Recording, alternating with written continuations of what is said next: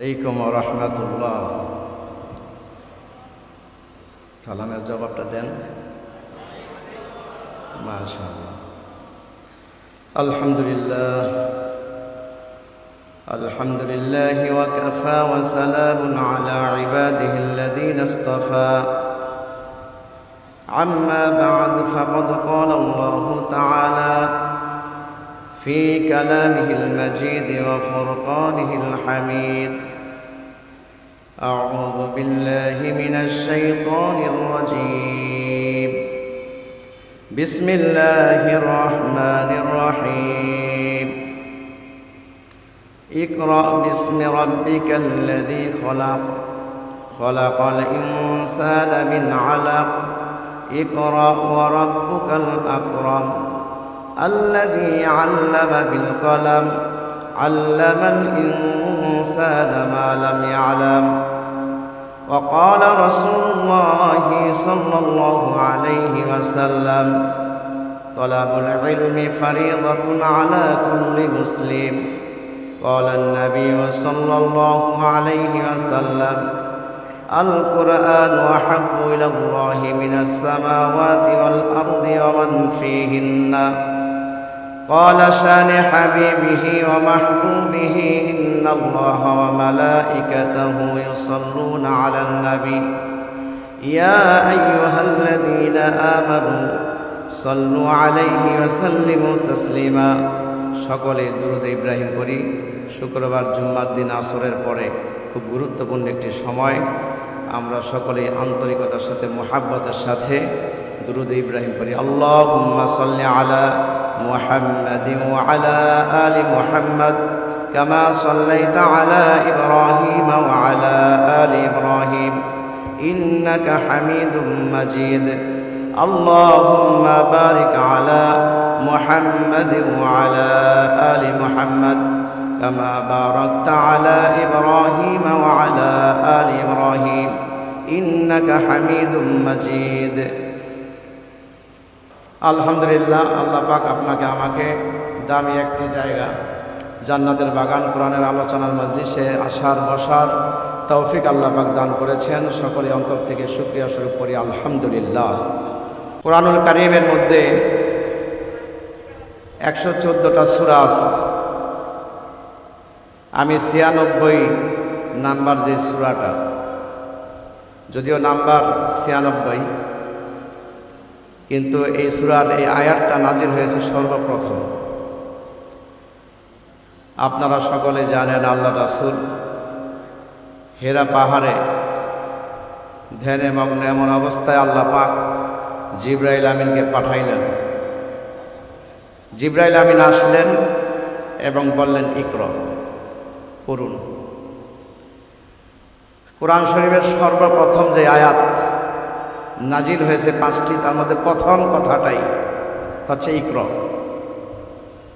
পড়ো। আল্লাহ পাক প্রথম কথাই পড়া দিয়ে শুরু করেছেন। 114টা সূরার মধ্যে প্রথম কথা ইকরা। 6666টা আয়াত কম বেশি আছে, তার মধ্যে প্রথম যে আয়াতটি এটা হচ্ছে ইকরা, পড়ো।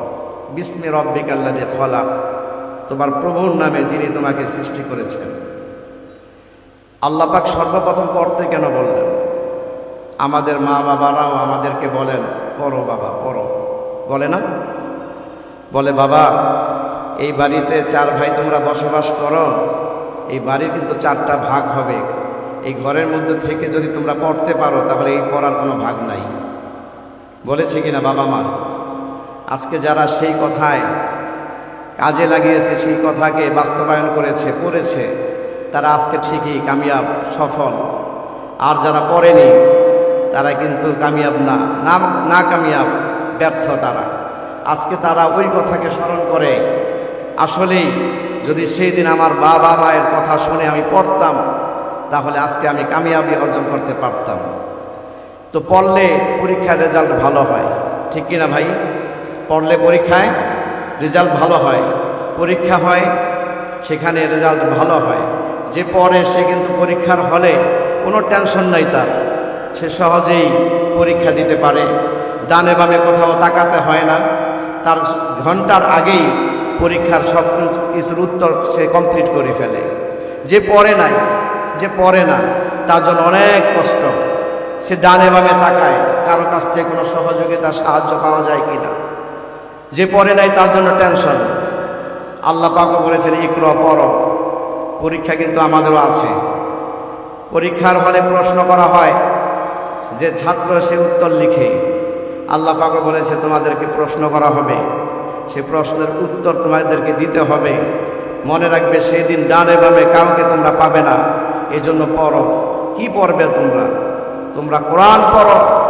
নবী মুহাম্মদুর রাসূলুল্লাহ সাল্লাল্লাহু আলাইহি সাল্লাম এই জন্য বলেছেন তলাবুল ইলমি ফারিদাতুন আলা কুল্লি মুসলিম। প্রত্যেকটা মুসলমানের উপরে ইলমে দ্বীন শিক্ষা করা ফরজ। তার মধ্যে ফরজ হচ্ছে, ফরজে আইন হচ্ছে কোরআনুল কারীম তেলাওয়াত করা, কোরআনুল কারীম পড়া। আপনি আর আমি এই যে আছি মজলিসে, আজকে রাতে বাসায় ফিরে যাব, সন্তান সন্ততি নিয়ে আমরা ঘুমাবো, সকালে উঠতে পারবো কিনা কোনো গ্যারান্টি নাই, ঠিক কিনা বলেন? অনেক মানুষ এরকম ঘুমিয়েছে ছেলে মেয়েকে নিয়ে, হঠাৎ করে দেখে বাবার হাতও চলে না, পাও চলে না। ব্যাপার কি? কোনো আওয়াজ নেই। ডাকতেছে সন্তান, বাবা বাবা করে ডাকে, দেখে যে না, কোনো আওয়াজ নেই, হার্টবিট বন্ধ হয়ে গেছে। এমন সময় কান্নাকাটির একটা রুল পড়ে গেল। ডানে বামে সর্ব জায়গায় আওয়াজ। এই মানুষটার দুনিয়ার জমিনে নাই। আত্মীয় স্বজন সব দৌড়াদৌড়ি, বাড়ির ভিতরে অনেক মানুষের সমাগম, সবাই আসে, সবাই দেখে। বন্ধুরা আমার, সুন্দর দামি একটি খাটের উপরে তুমি তোমার সন্তানদেরকে নিয়ে শুয়ে আছো। হঠাৎ করে আজরাইল এসে তোমার সামনে হাজির। তোমার রূহটা বের করে নেওয়ার সাথে সাথে তোমার দামি খাট থেকে তোমার পরিবার, তোমার আত্মীয় স্বজন তোমাকে নামিয়ে ওই মেজুর মধ্যে কোনো বিছানা নাই এমন জায়গায় তোমাকে শুইয়ে দিবে।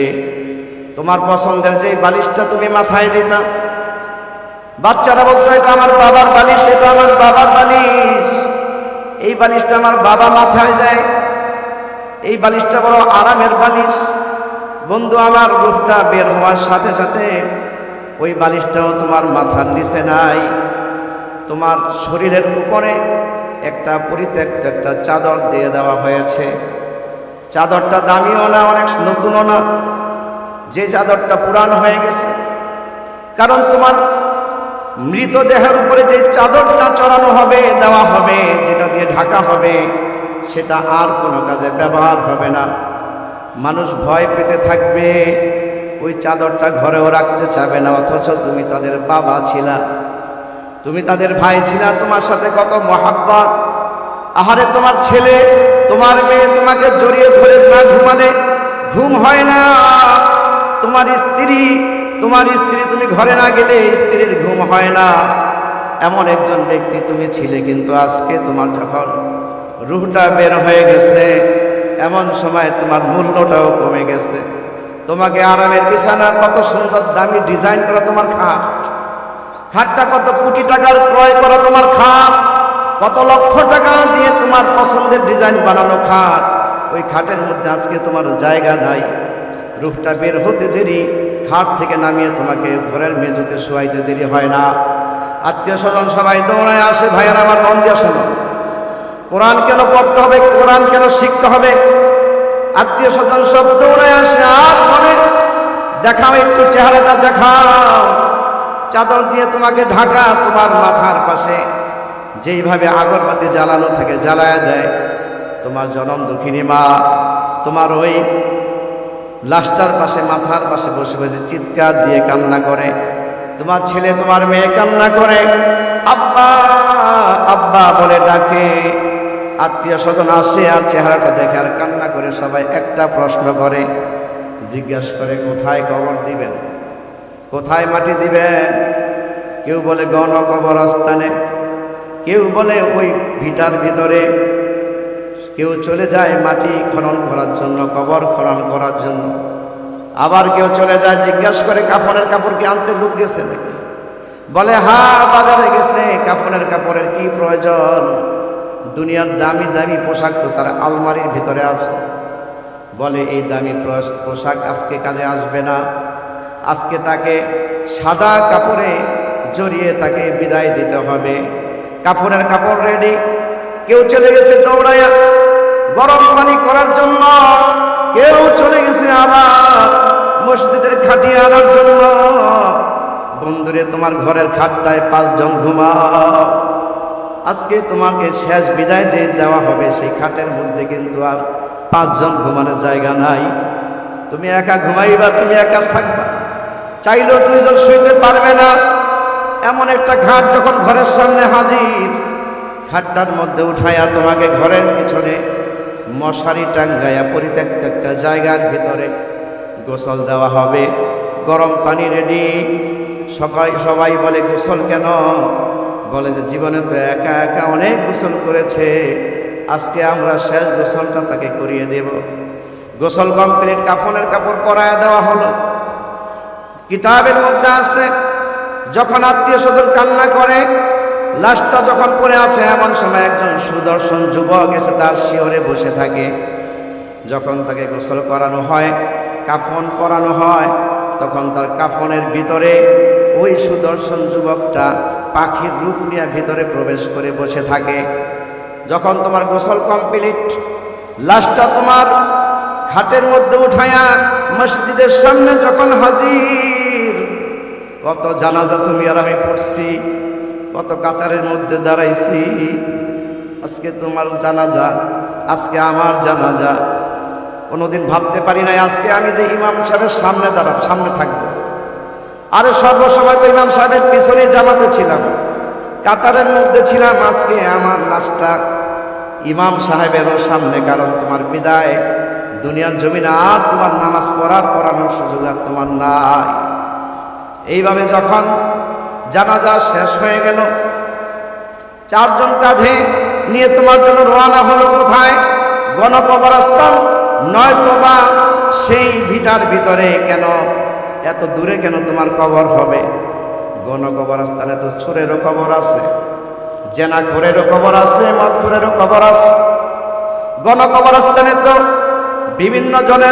বিভিন্ন ধরনের মানুষের কবর আছে। তুমি যে এত দৌড়াদৌড়ি করে এই দুনিয়ার মধ্যে কত সম্পদের মালিক হইলা, কত জায়গা কিনছ, আজকে তোমার ঘরের সামনে সুন্দর একটা বাগান আছে, ওই জায়গায় কেন তোমার কবর হয় না?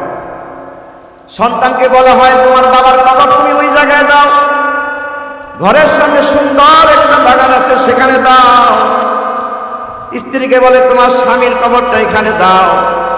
সন্তান বলে না না না, এই জায়গায় দেওয়া যাবে না, কারণ এই জায়গাটার অনেক দাম, ভবিষ্যতে এই জায়গায় দোকান হবে, মার্কেট হবে, অ্যাপার্টমেন্ট হবে। যদি এই জায়গায় কবর হয় তাহলে এই জমির দাম কমে যাবে। জোরে আওয়াজ দিয়ে বলো ঠিক কিনা? আরে আজকে তোমার বাবার দাম কমে গেল, জমির দাম বাড়ছে, কথা কন না? এই জমির পিছনে কত কষ্ট করেছ, সকাল থেকে সন্ধ্যা, সকাল 8টা থেকে রাত 8টা, ঝড় তুফান কোনো কিছুই তুমি মানো নাই। তুমি ঠিকই কামাই রুজির পিছনে লেগে গিয়ে এই জমি ক্রয় করেছ। আজকে তোমাকে সেই জমির ভিতরে তোমার কবর নাই, আজকে তোমার কবর গণকবরস্থানে। বলে যে কবরস্থানে হাজির হয়ে গেল লাশ। কবরস্থানে যখন লাশ হাজির, 2 জন কবরের মধ্যে নামলেন, তোমাকে শোয়া দিল, পশ্চিম দিকে মাথাটা ঘুরায় যখন তোমাকে কবরে রাখলো, লাফ দিয়ে তারা উঠে গেল। এক এক করে বাঁশের চাটাই বিছানো শুরু হয়ে গেল, মাটি দেওয়া শুরু হলো। সকলেই ডান পাশ বাম পাশ থেকে মাটি দেয়। মিনহা খলাকনাকুম ওয়া ফিহা নুঈদুকুম ওয়া মিনহা নুখরিজুকুম তারাতান উখরা। মাটি দেওয়া শেষ, সবাই চলে আসে, আর কবরের ভিতরে মুর্দা চিৎকার দিয়ে বলে, ওরে আমার সন্তান আব্দুর রহিম কই যাস? ওরে আমার সন্তান আব্দুল করিম কোথায় যাও? আমার সাথে থাকো। সারাক্ষণ বাবা বাবা বলে চিৎকার দিস, সারাক্ষণ বাবার কাছে বিভিন্ন চাহিদা তোমরা চাইছো আর বাবা পূরণ করছে। আজকে কোথায় যাও? আমার সাথে থাকো। আহারে আমার তো জায়গা হলো না, আমার বাড়ির সামনে সেই জায়গায় আমাকে দিলে একটা পরিত্যক্ত ভিটায়, যেখানে দিনের বেলাও মানুষ আসে না। বলে যে এমন একটা জায়গায় দিলা সেটা গণকবরস্থানে, আমি তো জমি গণকবরস্থানে ক্রয় করি নাই। আজকে তোমার বাবার দাম কমছে আর জমির দাম বাড়ছে।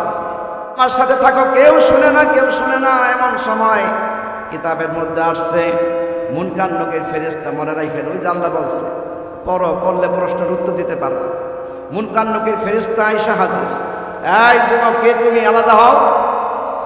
বলে যে আমি হচ্ছি কোরআন, আমি হচ্ছে এই ভাইয়ের, এই বান্দার বন্ধু। সুবহানাল্লাহ। আরো জোরে চিৎকার দিয়ে এখন সুবহানাল্লাহ। বলে যে আমি হচ্ছে এই বান্দার বন্ধু। দুনিয়ার জমিনে আমি কোরআনকে পরিত্যক্ত করে নাই, পরিত্যক্ত মনে করে নাই। আমাকে খুব মহাব্বত করছে, আমাকে খুব পড়ছে। আমি কোরআনকে হাতে নিচে চুমা দিছে, বুকে লাগাইছে। সকালবেলা তেলাওয়াত না করলে ভালো লাগে নাই। আমি কোরআনকে রাতে তেলাওয়াত না করে শুইলে ঘুম আসে নাই। এমন মহাব্বত করেছে, দুনিয়ায় আমাকে বন্ধু বানিয়েছিল, সব ত্যাগ করেছে, কোরআনকে ত্যাগ করে নাই। সব দূরে রেখেছিল, কোরআনকে দূরে রাখে নাই। আজকে আমি তার বন্ধু, আমার বন্ধুকে আমি একা রেখে কখনো যেতে পারি না। তোমরা কি প্রশ্ন করবা? প্রশ্ন করো, উত্তর পেয়ে যাবা। প্রশ্ন করা হবে মার রব্বুকা, সবার মুখস্থ তো, ইউটিউবে সার্চ দিলেও বের হয়ে যাবে। মার রব্বুকা, তোমার রবকে কি বলবেন? কথা বলেন না একটু ভাই, কি বলবেন? আমার রব আল্লাহ। প্রশ্ন করা হবে কোথায় পেলে তোমার রব আল্লাহ? তুমি আল্লাহ, তোমার রব তুমি জানলে কিভাবে? যে ব্যক্তি কোরআন পড়েছে সেই ব্যক্তি বলবে আমার রবের পরিচয় আমি কোরআনের মধ্যে পেয়েছি। সুবহানাল্লাহ। বলা হবে মার দিন ওকা, তোমার দিন কি? আমার দিন ইসলাম। কোথায় পেয়েছ? উত্তর দিবে আমি কোরআন তেলাওয়াত করেছি, কোরআনের ভিতরে আমার দিনের পরিচয় পেয়েছি। আল্লাহ পাক আমাকে মনোনীত ধর্ম ইসলাম দিয়েছে। বলা হবে মান নাবিয়ুকা, তোমার নবীকে? আমার নবী মুহাম্মদুর রাসূলুল্লাহ সাল্লাল্লাহু আলাইহি ওয়াসাল্লাম। কোথায় পেয়েছ? বলবে আমি কোরআন পড়েছি, কোরআনের ভিতরে আমার নবীর পরিচয় পেয়েছি। সুবহানাল্লাহ বলেন না? আচ্ছা, এখন কথা হলো যে পড়ে নাই, যে কোরআন পড়ে নাই, সেই প্রশ্নের উত্তরগুলো দিতে পারবে?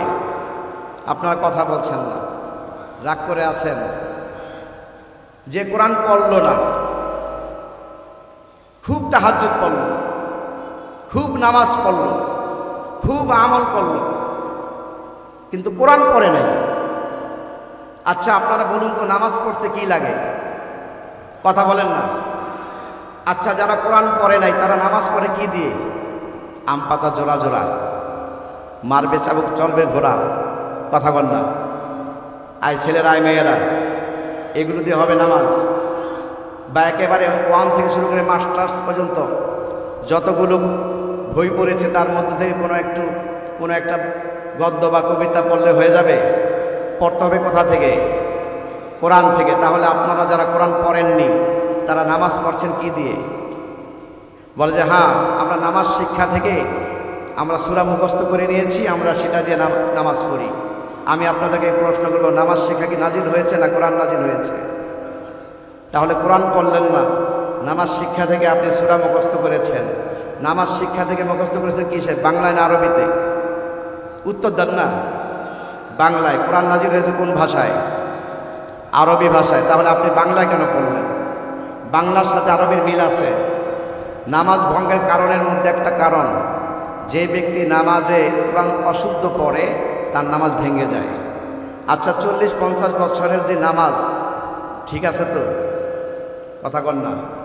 নামাজের সূরা 4টা মুখস্থ করেছেন আপনি, 5টা, মনে করলাম 10টাই মুখস্থ করেছেন না। কোরআন শরীফে সূরা আছে কয়টা? 114টা। বাকি 104টা কে পড়বে?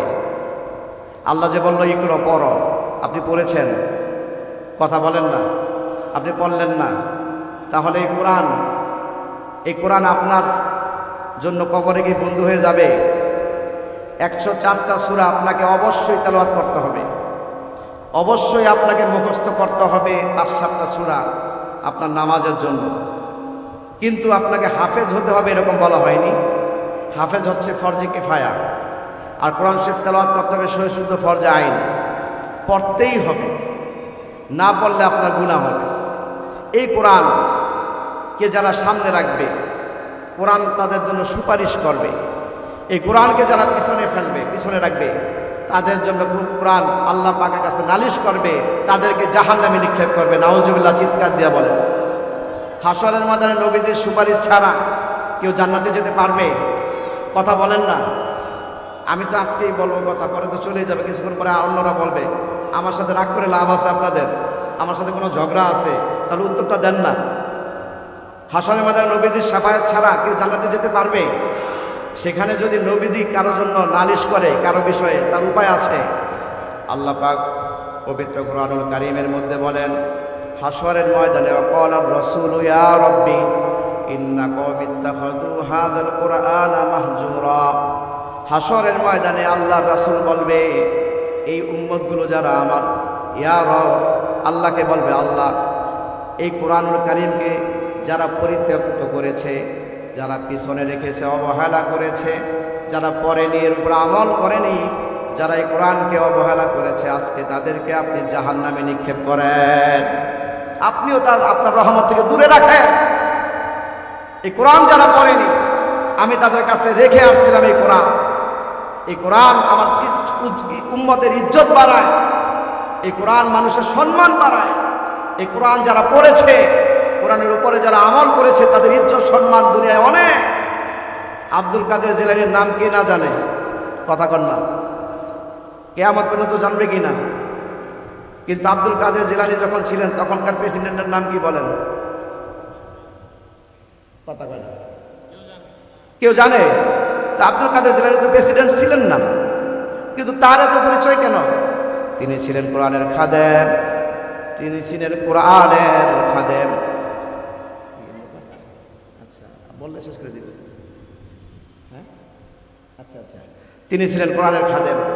এই কোরআন মানুষের ইজ্জত বাড়ায়, সম্মান বাড়ায়, দাম বাড়ায়।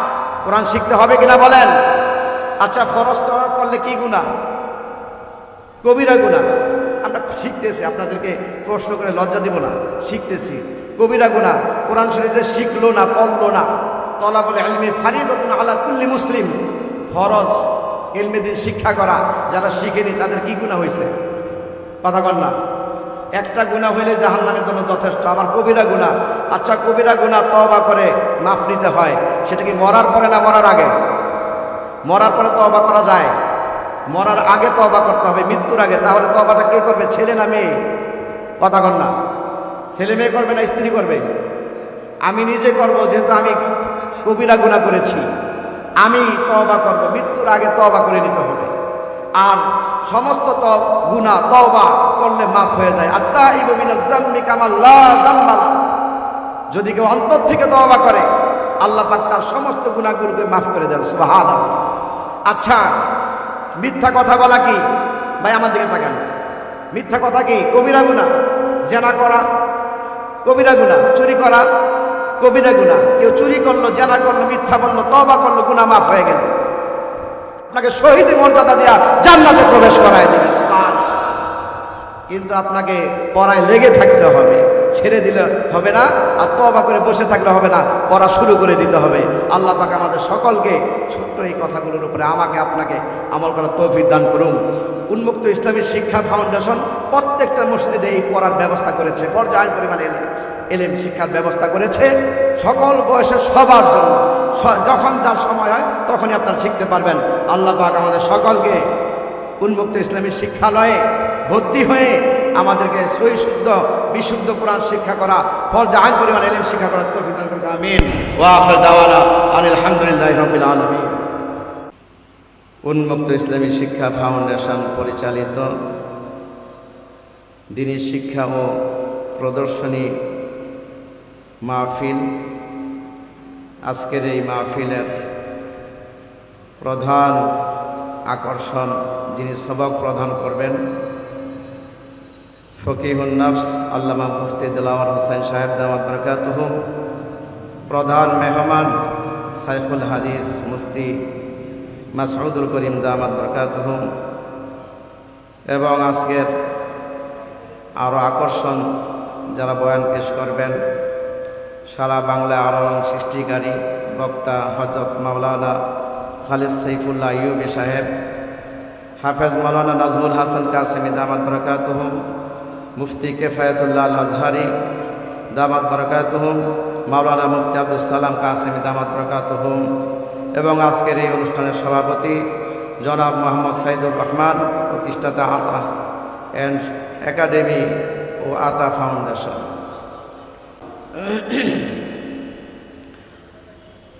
আমি আজকে বলবো আমার বাবাজিরা যারা আছেন চার দোকানে এখনো বসা, আজকেও কি আপনারা চায়ের দোকানে বসে থাকবেন? এরকম একটা মজলিস রেখে আপনি আজকেও যদি চায়ের দোকানে বসেন, এটা কি ঠিক? আমার যুবক ভাইয়েরা, আমার বন্ধুরা যারা আছেন, মেহেরবানি করে আপনাদের হাতে পায়ে ধরে বলি, আজকের এই অনুষ্ঠানটা আগামীকালকে পাবেন না আপনি। দামি একটা জায়গা, যেহেতু বাজারের সাথে আজকের আয়োজন, চায়ের দোকানে যারা বসে আছেন আল্লাহর রাস্তায় মেহেরবানি করে চলে আসেন। আগামীকালকে এই জায়গায় কাউকে পাবেন না। এখানে অনেক বড় বড় আল্লাহর ওয়ালারা আসতেছেন, অনেক দামি দামি কথা হবে ভাই। আপনি চায়ের দোকানে আরও বসতে পারবেন। আপনারা দ্রুত মেহেরবানি করে আমাদের এই প্যান্ডেলের নিচে চলে আসুন। আল্লাহ পাক আমাদের সকলকে এই আয়োজনের অংশগ্রহণ করে এই আয়োজনকে কামিয়াবি করুন, আমিন।